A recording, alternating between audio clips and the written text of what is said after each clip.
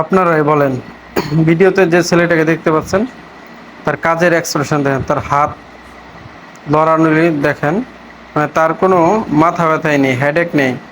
আবার অন্য অন্য আরেকজনে কি শো করতেছে না, একটা বডি চেক করতে কিভাবে চেক করতে তারা গেট আপ দিয়েছে, গেট আপ করতে।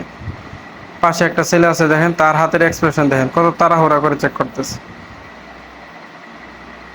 ইস টাইপের পোলো শার্ট পরা, আর এই শার্ট পরা ও 5 ওয়াক্ত নামাজ পড়ে, মাথায় টুপি, মানে তার ভিতরে যত হারাম আছে, ফাঁকিবাজি আছে, সব আছে। অথচ নামাজ পড়ে, আমি নামাজের দোহাই দিতেছি না।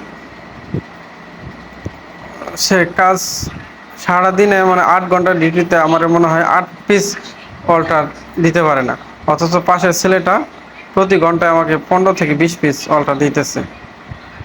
মানে দেখেন, বডিকে আবার বাতাস করবো দেখবেন, মানে কি যে একটা বিধিকিচ্ছা অবস্থা।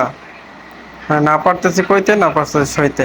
দেখেন হাসি পাই, বাতাস করে বডিতে।